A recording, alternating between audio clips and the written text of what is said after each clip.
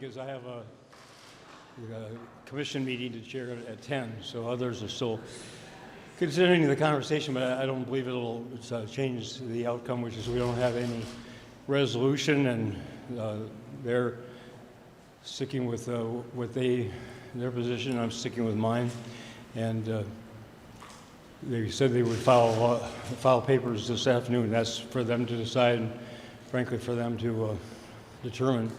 But that's just where things stand at this point. It's been going for a long time for a meeting that didn't change anyone. What was? Well, we had a candid discussion of the circumstances that led to where we are today. Anything else?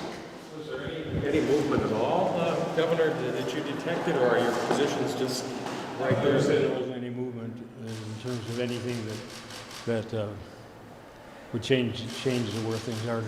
I would say there wasn't any movement on both sides. When they come out or whatever we talk to them, I know they'll accuse you of penalizing a certain group of state employees because you want to tax more and spend more. I mean, they can say whatever they're going to say, then they will.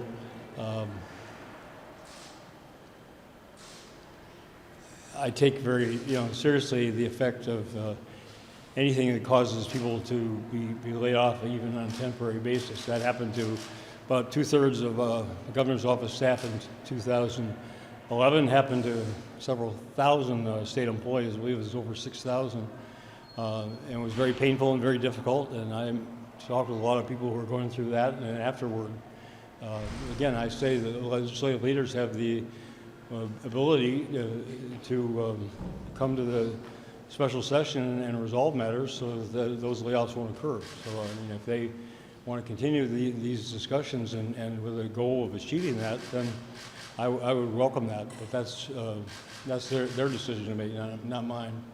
I line and veto within my constitutional authority. And the consequences if I had not signed the tax bill as they snuck into their state governments is that about 1,200, 1,300 Department of Revenue employees would have been laid off. So, this is something hopefully we can look at it in the future. The putting in policy measures into these budget bills is putting a gun to the head of the executive branch. If you don't agree to our budget, then we're going to force a shutdown, which is what happened in 2011. Anybody in my position who's gone through that and all the turmoil it causes and all the disruption in the lives of state employees, but also citizens throughout Minnesota, would know that, as I do, that's virtually unthinkable to repeat. And so, and I don't know what the remedy is, but the remedy is not to have policy in the budget bills.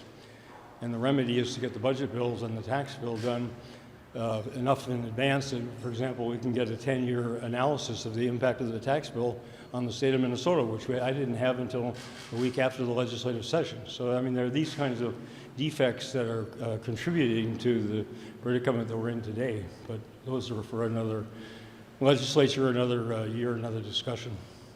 I do have to go, I'm sorry.